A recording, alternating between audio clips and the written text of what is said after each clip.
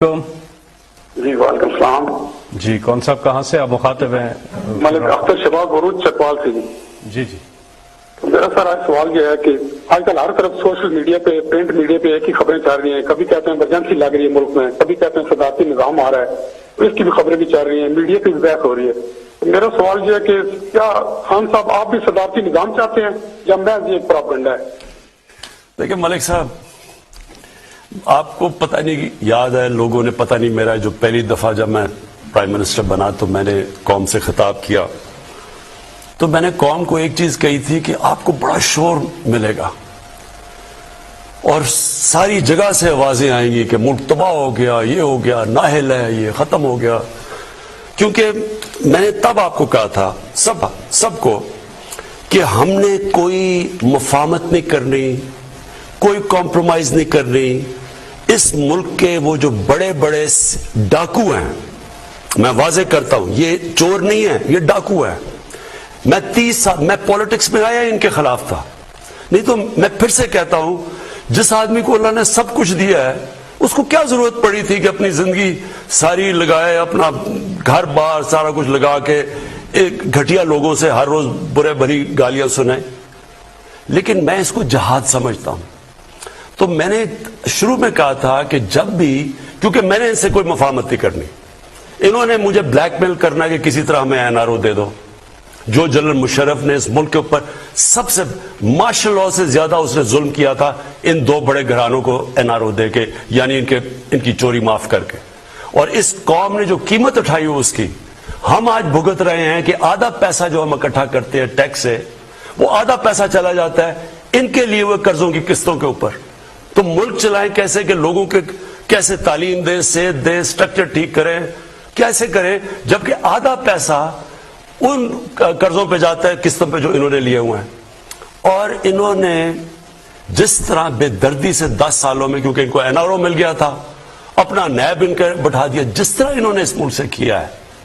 یہ اب مجھے بلیک میل کرنے کی کوشش کر رہے تھے کہ جی اب چلیں ہم اس کو بلیک میل کریں گے, اس کو شاید کرسی اتنی پسند ہے کہ یہ بھی آخر میں جا کے جنرل مشرف ہی کہے گا اچھا جی میں آپ سے NRO کے نام پہ میں آپ سے سمجھوتا کر دیتا ہوں, اپنے پیسے رکھ لو.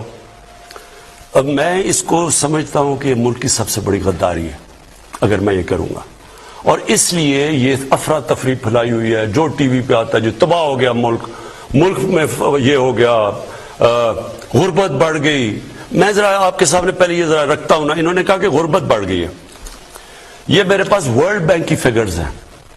یہ چلے ہم تو کہیں گے تو لوگ کہیں گے یہ ٹھیک نہیں, ورلڈ بینک تو ہمارے سے نہیں آرڈرز لیتا نا. ورلڈ بینک کی فگر ہے کہ 4 کیٹیگریز انہوں نے بنائی, کہ 4 کلاسز ہیں, کہ اگر آپ ڈالر کی 5.5 پر کیپٹا دیکھیں تو اس کے اندر کتنی غربت ہے, پھر 3.2 پر کیپٹا اس کے اندر کتنی غربت ہے, 1.9 پر کیپٹا تو اس کی کتنی ہے. تو انہوں نے 4 کیٹیگریز رکھی ہیں. چاروں کیٹیگریز میں ورلڈ بینک کہتا ہے کہ چاروں کیٹیگریز میں غربت کم ہوئی ہے. پہلے میں 0.6% کم ہوئی, دوسرے میں 1.4% کم ہوئی غربت, تیسرے میں 2.9% کم ہوئی, اور آخری میں 0.6% کم ہوئی. اس کا مطلب کہ ہمارے دور میں تو غربت کم ہوئی ہے. تو آپ اگر یہ دیکھیں, ان کا شور دیکھیں, تو لگتا ہے کہ ملک تباہ ہو گیا. اب یہ دوسری چیز میں آپ کے سامنے رکھنا چاہتا ہوں کہ ورلڈ بینک نے ایک اور چیز کہی. ابھی انہوں نے ورلڈ بینک نے پاکستان کی خود ویریفائی کر کے انہوں نے فگرز لگائی ہے کہ پاکستان میں جو دولت میں اضافہ ہوا ہے, یعنی جی ڈی پی میں اضافہ ہوا ہے, سالانہ جی ڈی پی میں, سالانہ دولت میں جو اضافہ ہوا ہے وہ 5.37% ہے. اب 5.37% جب کرونا کا مقابلہ کر رہا ہے ملک, جو ساری دنیا میں, ہندوستان میں تو نیگیٹو میں گئی ہے ان کی گروتھ ریٹ, تو ادھر جب پاکستان کا اضافہ ہوا ہے تو یہ کیسے کہہ رہے ہیں کہ غربت بھی بڑھ گئی, ملک بھی تباہ ہو گیا. ایک اکانومسٹ کی آ گئی ہے کہ جو ٹاپ 3 ملک ہیں جس نے سب سے بہترین طریقے سے, یعنی اہلیت تھی اتنے بڑے کرائسس کا مقابلہ کرنے کے لیے, اور دوسری طرف ورلڈ بینک کہہ رہا ہے کہ یہ 5.37% ہماری اکانومی بڑی ہے, تو میں آپ سوال پوچھتا ہوں کہ یہ کدھر سے تباہی آ گئی؟ میں خود تسلیم کرتا ہوں کہ دنیا کے اندر مہنگائی آئی اور ایک کئی طبقے تنخواہ دار طبقے کے اوپر مشکل وقت ہے، ساری دنیا میں مشکل وقت ہے، لیکن مجھے یہ بتائیں کہ آپ اگر شام کو ٹی وی دیکھیں اور جو ان کی باتیں سنیں، وہ دو آ جاتے ہیں، ایک بیچارہ تحریک انصاف کا معصوم بیٹھ جاتا ہے، وہاں باقی اینکر بھی مل جاتا ہے، وہ دو ان کے ساتھ جو دوسرے ہوتے ہیں، ملک مارا گیا، تباہ ہو گیا، یہ ہو گیا۔ تو یہ کیسے بتاتے ہیں اگر تباہ ہو گیا تو 5.37% ملک کی اکانومی بڑی کیسے ہے؟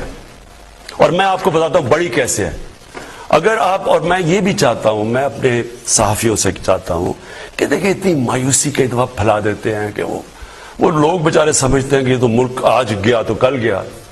یہ ملک اس وقت دنیا میں مثال دی جا رہی ہے جو سب سے بہتر نکلا ہے کرونا سے، اور یہ آپ ذرا سنیں کدھر کدھر فائدہ ہوا ہے ہم نے پالیسیز بنائی۔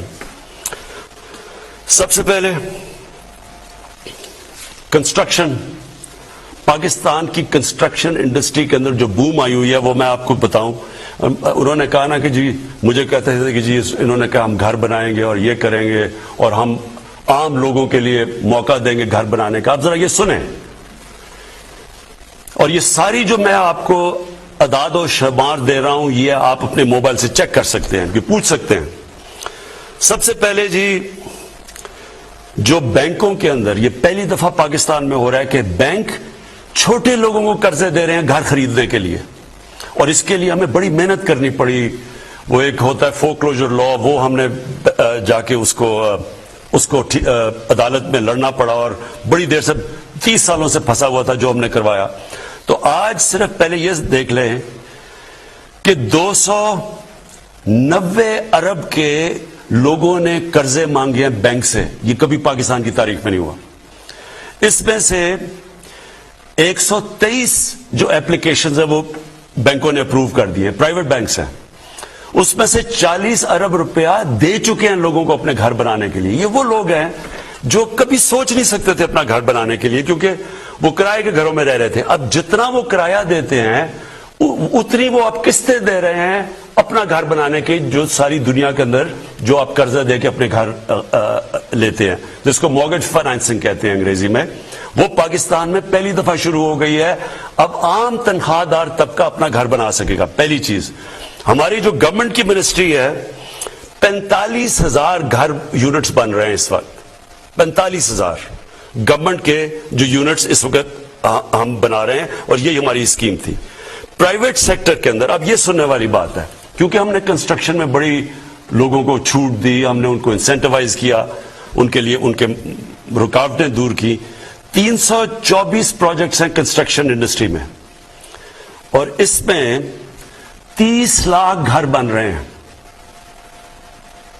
324 پروجیکٹس ہیں، 30 لاکھ اس وقت گھر کنسٹرکٹ ہو رہے ہیں۔ اس سے آپ یہ سمجھ جائیں کہ جو آپ سوچیں کہ جب گھر بنتا ہے تو اس کے گھر کے اوپر 30 انڈسٹری اس کے ساتھ ہوتی ہے، یعنی کسی نے دروازہ لونا، کسی نے لاکس بنانے ہوتے ہیں، ٹائلز وغیرہ وغیرہ، 30 انڈسٹریز۔ تو آپ سوچیں کہ اس سے اس ملک میں گروتھ ریٹ تو اس لیے بڑھی ہے، اکنامک ایکٹیویٹی بڑھتی ہے تو گروتھ ریٹ بڑھتی ہے۔ اس کے بعد آپ کسانوں پہ آ جائیں، میں صرف کسانوں، 4 ہماری کپاس، گنا، چاول اور ویٹ، گندم، ان کے اندر پاکستان کی تاریخ میں، کاٹن میں نہیں باقی تینوں میں، اور پھر اس میں مکئی بھی ڈال دیں، مکئی تو یہ ریکارڈ پروڈکشن ہوئی ہے پاکستان کی تاریخ میں، اور ان کو ریکارڈ پیسہ ملا ہے اس کی وجہ سے ان کے جو پیسہ گیا ہے دیہاتوں کے اندر۔ میں ذرا یہ آپ کو دکھا دوں کہ ہر 73% ان کی انکم بڑھی ہے۔ اس کا مطلب کیا؟ ہم نے عام فیملی کا کیا ہے کہ ہر فیملی کو 1,65,000 اضافہ ہوا ہے ان کی آمدنی کے اندر، یہ دیہات کے اندر میں بات کر رہا ہوں۔ اس کے بعد آگے چلے جی، انڈسٹری، لارج سیل انڈسٹری، بڑے مزدوروں کو نوکریاں ملتی ہیں، 10% اضافہ ہوا ہے آج ہماری لارج سکیل مینوفیکچرنگ پہ۔ میں بات کر رہا ہوں کہ کیوں یہ 5.37% گروتھ ریٹ میں اضافہ ہوا ہے۔ ہماری لارج اسکیل مینوفیکچرنگ میں 10% گروتھ ہوئی ہے، دیر کے بعد ہوئی ہے. گاڑیوں کی پروڈکشن ریکارڈ کے اوپر، ٹریکٹرز 15% بڑھے ہیں، موٹر سائیکل ریکارڈ سیلز ہوئی ہیں. پیسہ آیا تو یہ ہو رہا ہے نا. اگر اتنے برے حالات ہوتے، غربت بڑی ہوتی تو یہ کدھر سے سیلز ہو رہی ہیں؟ پاکستان کی ٹیکس کلیکشن تاریخ میں کبھی اتنا ٹیکس اکٹھا نہیں ہوا. 6000 ارب انشاءاللہ ہم ٹیکس اکٹھا کریں گے، اور میں آپ کو انشاءاللہ میں نے وعدہ کیا تھا کہ ہم 8000 ارب روپیہ پاکستان سے میں ٹیکس اکٹھا کروں گا. انشاءاللہ اس سے بھی آگے جائے گا. جو اب ہم جو آٹومیشن لے کے آ رہے ہیں، ٹیکنالوجی لے کے آ رہے ہیں، ٹیکس بیس بڑھا رہے ہیں. اچھا، پھر کارپوریٹ سیکٹر آ جائیں. جو بڑی بڑی بزنسز ہیں، ان کی پروفیٹیبلٹی جو میں نے کہا کہ ان کو میں آپ کہوں گا کہ آپ مزدوروں کی تنخواہ بڑھائیں.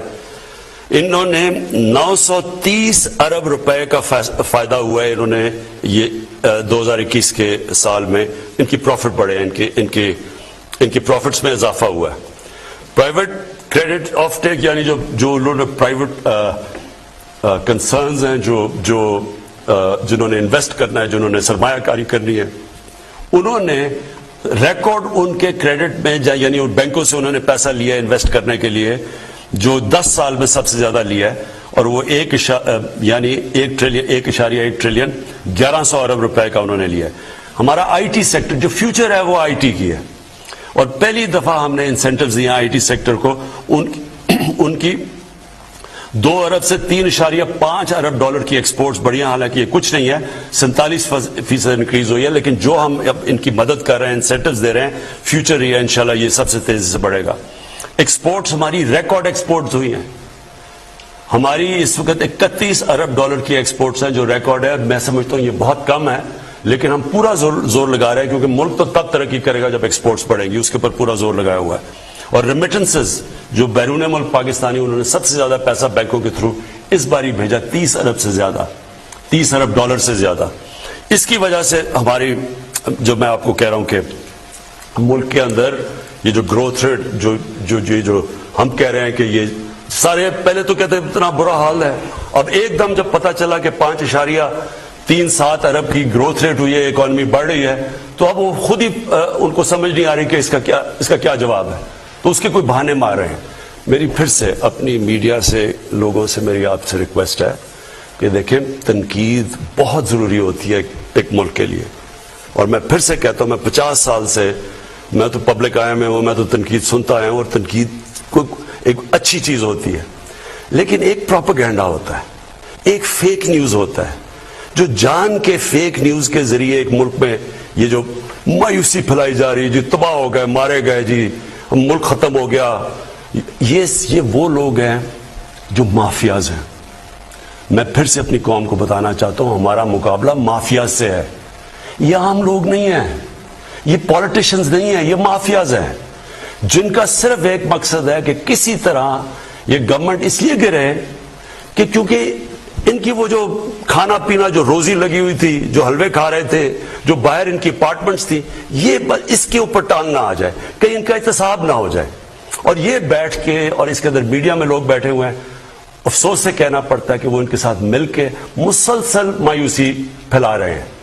تو ان سے میں آج یہ پوچھتا ہوں کہ اس کا کیا جواب ہے کہ آپ نے تو جو جس طرح کی مایوسی پھیلائی ہے، بتائیں کہ یہ گروتھ ریٹ 5.37% کی کیسے ہوئی ہے؟ اور یہ ہم نہیں کہہ رہے، یہ ورلڈ بینک کہہ رہا ہے.